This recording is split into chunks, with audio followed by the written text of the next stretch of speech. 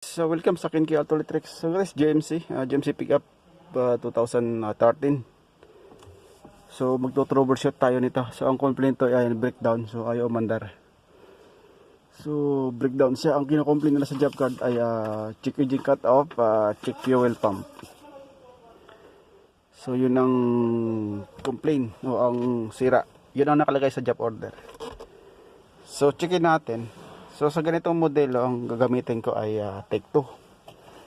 So yan, start ko. So bali ang fuel niya ay nasa 3/4. So ibig sabihin may gasolina.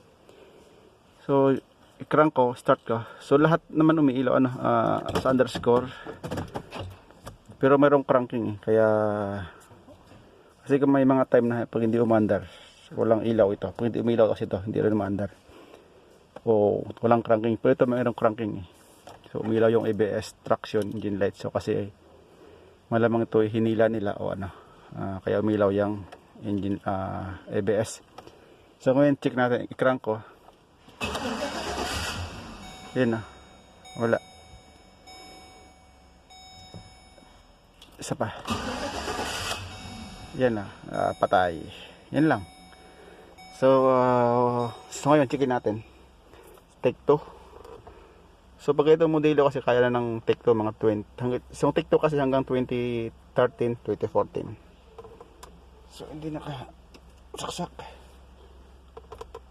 Kaya umilaw. Ayaw gumana ng take 2.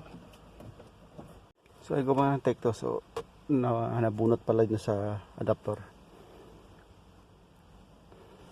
So check natin.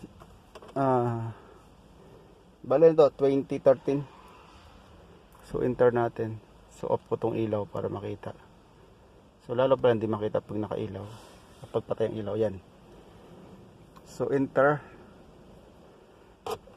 natin diagnostic 2013 itong unit na to. Saka itong take to hanggang 2013 lang. So enter.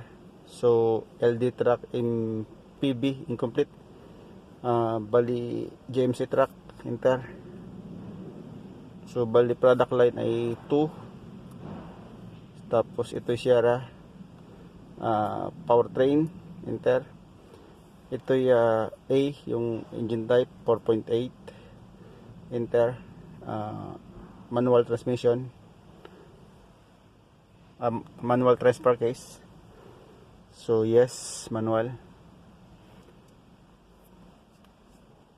So check natin kung anong DTC niya. Engine control module, diagnostic control module, diagnostic trouble code, DTC display. Enter lang enter. Tapos yan, mayroon siyang 5 DTC. View all, ignition 1 circuit, ignition 1 switch circuit 2 pass na. Tapos step deterrent key incorrect, pass na din. Sa evap or evaporative emission system, large leak detected, so not run, so pass na rin yan. Tapos pa engine misfire, not run, so lahat pass yan So clear na lang natin, clear natin lahat yan. So basong sa ABS na umiilaw na yan, bali yan sa ABCM yan na nakakonik or napasama. So back natin, back. Tapos sub chassis, ba't radio chassis, ating without trailer, under, without continue. So sa electronic control module, ito yung sa ABS na umiilaw sa kanyang traction. So clear na lang natin yan. Malamang pass na rin ta. Pass front wheel speed sensor. Malamang hinila to kaya ganun. Okay, nilagay sa raker. Baka ni raker ta. So clear na lang natin ta. Clear.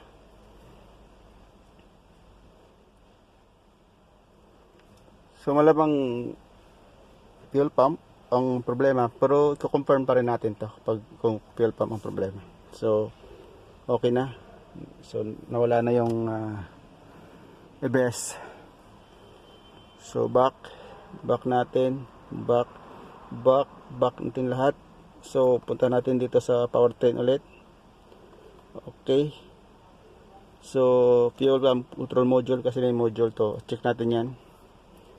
Sa fuel pump control module. So wala siyang DTC. So DTC special function. So fuel pump. So wala siyang command increase. Walang command dito. So back natin. Back sa engine tayo. So engine special function, output control. So fuel pump, hanapin natin yung fuel pump. Okay, fuel pump relay. Ating pakinggan yung tunog ng fuel pump, kung tutunog siya. So i-on ko to. So enter. So press enter ko pa rin. So naka-switch on yung susi. Kaya kasi naka-switch on. So i-command natin yung fuel pump. Ating pakinggan kung tutunog.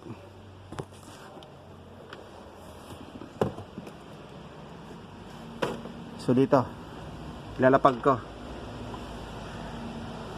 Iko-command ko kung tumutunog ka na. Pakinggan natin kung tumutunog. Yan tumutunog. Umuugong. Lapit ka. Yan na.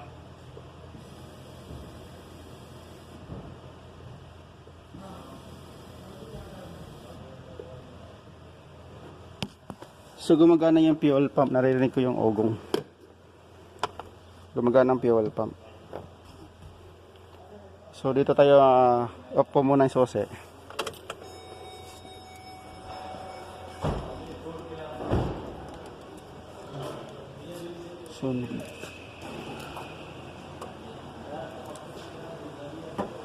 So ito, dito tayo sa makina, sa engine compartment.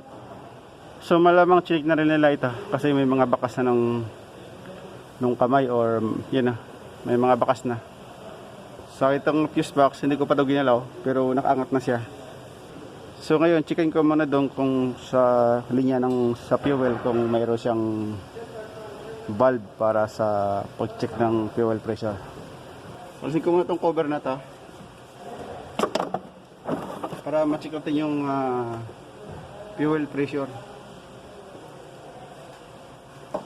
So dito sa kabila yung testingan ng fuel pressure. So ayan.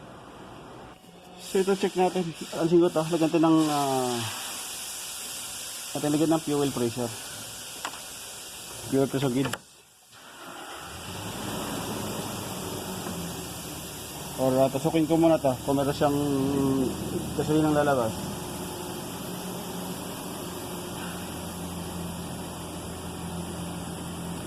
Meron sa merit. Split. Lagyan ko muna ang pressure gauge.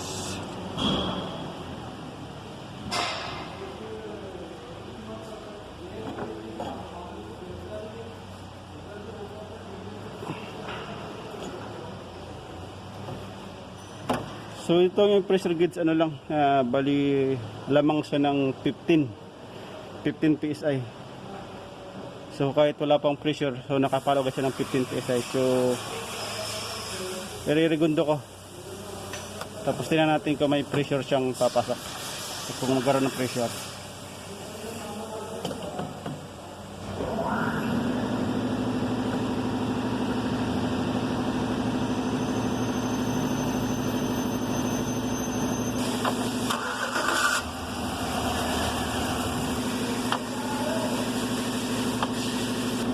So nagkaroon siya ng bali pumalo siya ng 55. So ano lang 40 PSI kasi nung kanina nung hindi pa siya pumalo siya nung wala pang pressure, nasa ang gauge nasa 15 agad. So minus 15, diba? So ano lang, 40 psi. So tapos gawin ko nga, alisin ko yung baka nagkahangin lang, release ko yung hangin nga lang, ayan na, walang lumabas ng gasolina.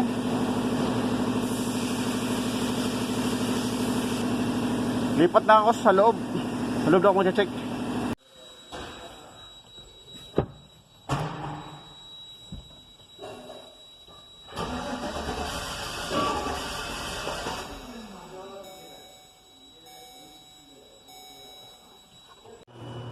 So may pressure siya.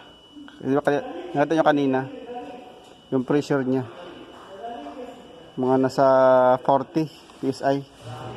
So ito yung kinuha ko sample. So pinalabas ko siya rito, yung gasolina. So bakit ayaw nyo umandar? May pressure naman. Yung 40 na yun, ano na yun, sakto na yun para sa pressure na para umandar Kaya nagduda ako. So ito yung gasolina niya. Ba't ganito?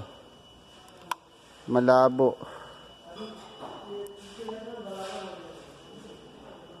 yung gasolina niya.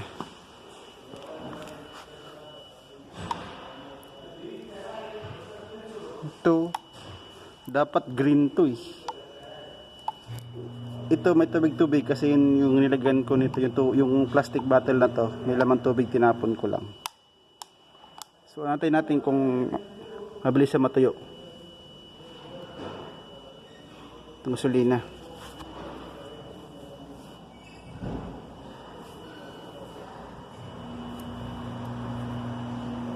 Hindi naman siya amoy diesel.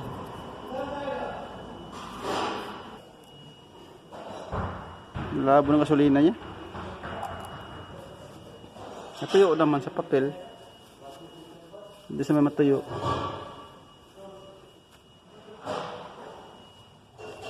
So ayan na. Tinanggal ko yung sticker ng bote ng plastic bottle. So may itim talaga siya. Tapos kumpara mo rito sa 91 na hindi siya madumi. Iba green. Green siya Ito lang dito. Diba? Putik kala mo pinaghugasan ng gasolina. Itim. Kaya paano ngayon naandar yan?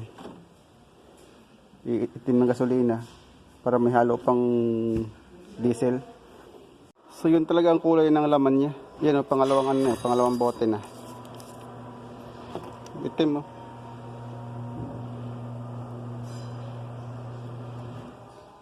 pangalawang bote na ta. So okay yung pressure niya, okay yung fuel pump. So 40 psi. So good yung fuel pump. So sa ganitong sitwasyon, mangyari nito. Kaso nasa 3/4 yung laman ng tangke, yung gasolina. So alisin lahat ang laman sa tangke. Tapos palitan ng panibago. So alisin ko yung, kaso hindi ko na siya ibababa.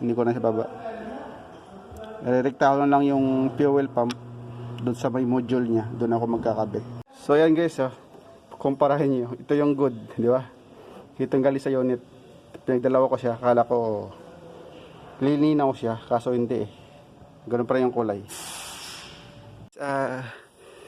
Dinidrain ko yung laman ng tangke, yung gasolina.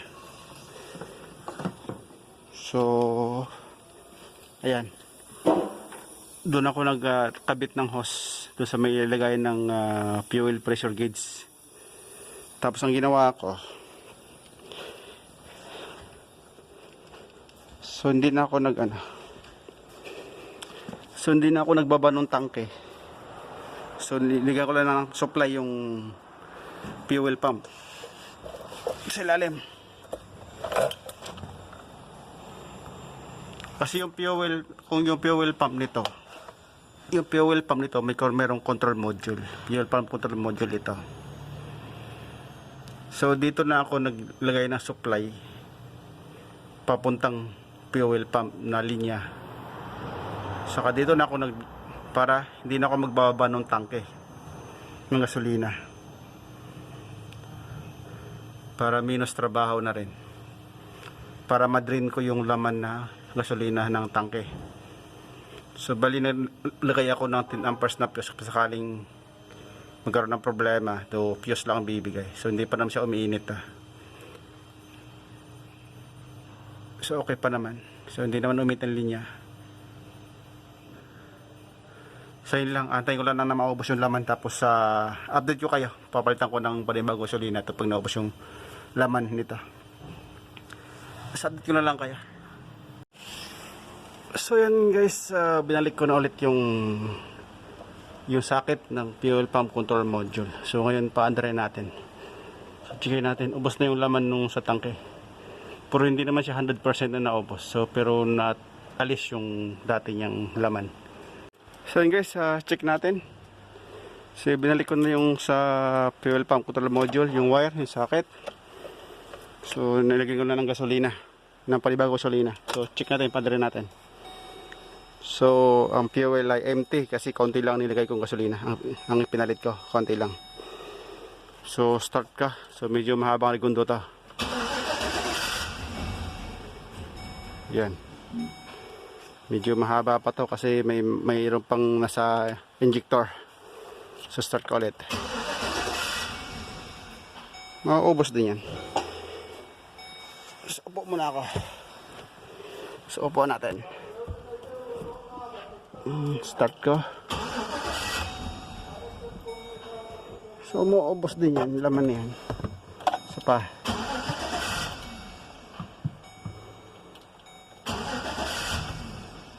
Kasi may mga yun na iwan pa sa injector.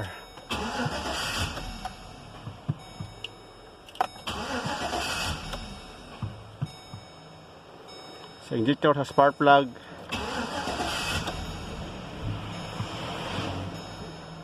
Hayaan ko lang siyang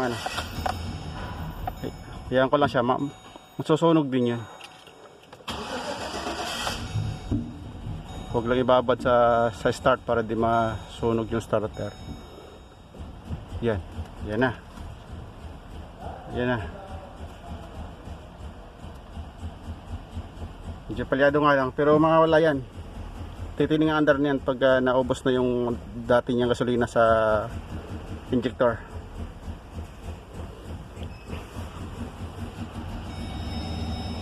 Yan.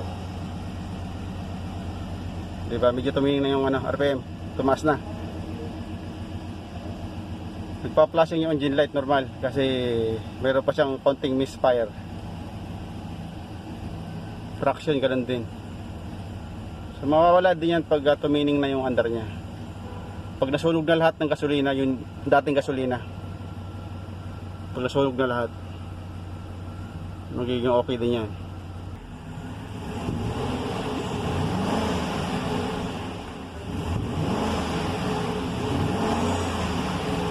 So lalagyan ko pa na siyang gasolina. Dadagan ko pa yung gasolina. Same empty. So yun guys, nawala na yung traction, tapos hindi na nagbi-blink yung ilaw. Kasi nilagyan ko siya ng dadagan ko siya ng gasolina. Kaya na empty, di ba? So nilagyan ko ng gasolina, tapos NRPM lang NRPM. Tapos nawala na yung blinking, hindi siya nag-blinking, tapos ko na lang nawala yung traction. Tapos nag-steady na lang yung engine light. Tapos ito yung kanyang DTC, yung kanyang trouble code. So cold start emission reduction control system. Tapos meron pang isa, engine misfire detect pass. So bali ito yung P1400 na to, cold start emission reduction control system. So i-clear na lang natin to kasi kanya pag enter ko kanina palyado. So normal yan. So clear ko na lang para mawala yung engine light. So mawala na rin ang fault code. So meron pa rin siyang konting, maramdam mo yung konting pitik ng makina. So okay na, wala na siyang DTC. So 0. So yan, nawala na rin yung engine light. So aircon tayo. Tingnan natin kung magbabago. Meron pa rin konting pitik. Tingin yung RPM. Nasa 600 na, 550. Yan na. Meron pa rin siyang pitik. Pero subukan ko to, ipapapul tank. Ipapapul tank ko to para mawala na yung pitik niya. Kasi ano pa yan eh, yung hindi naman kasi 100% nawala yung gasolina, tanggal yung gasolina sa loob ng tanke. So meron pa rin naiiwan dun na luma niyang gasolina. Ayan na. Tining ng andar ng makina. Walang kapalag-palag. Di ba? So kailangan lang i-full tank para siguradong matatakpan na yung lumang gasolina. Negative update. Ngayong umaga tinisting ko tong unit na to. So ano siya, mahirap siyang paandarin, mahabang rigundo. Tapos pag umandar siya medyo namamalag yung makina bago siya tumining, bago gumanda yung andar niya. So pag naka-andar na siya, okay na, madali na, maganda na rin yung andar niya. So ngayon testingin natin. Ayan na, okay na siya, madali siyang paandarin pag naka-andar na. Pero pag sa unang andar, sa unang start mo, wala, palyado. So kailangan ko siya ibaba ang tangke. Kailangan ko ibaba ang tangke nito. Kailangan ko rin siyang linisin. Saka yung injector, baka kailangan ko rin yung alisin. So titingnan ko rin pag naibaba yung tangke, pag nalinisan ko at pagbalik ko at ganoon pa rin, so sunod kong yung gawin injector, linisan ko. So bali yun, di ko naman papakita kasi masyado nang busy ngayon. So maraming trabaho. So yun lang, in-update ko lang kayo kasi ang mahalaga nakita natin umandar, o mahalaga na paandar ko yung unit. Hindi ko lang napakita ang pagbababa, hindi ko lang nakita ang laman ng tangke, paglilinis. Pero ayun yung nakuha kong gasolina. So ngayon tapos pina-full tank ko. Yan, naka-full tank na ta. So hayaan ko lang siyang umaandar ulit. So madali naman siyang paandarin eh. Yun ang problema kasi nito kanina, sa unang andar, pag gali sa cold start, palyado siya. Tapos biglang titining yung minor o yung andar niya. Kaya na-decide ako yung baba yung tangke, palinisan. So okay na, nalinisan na yung tangke. So napalitan na ng bagong gasolina. So yan, full tank na yan. So bago na yung gasolina nakalagay dito. So medyo tumining naman siya. Yan okay yung minor niya. So buhay ko aircon. So yun, hindi naman nagbago. Hindi nagbago yung RPM niya. So okay to guys, problem solved na tayo rito.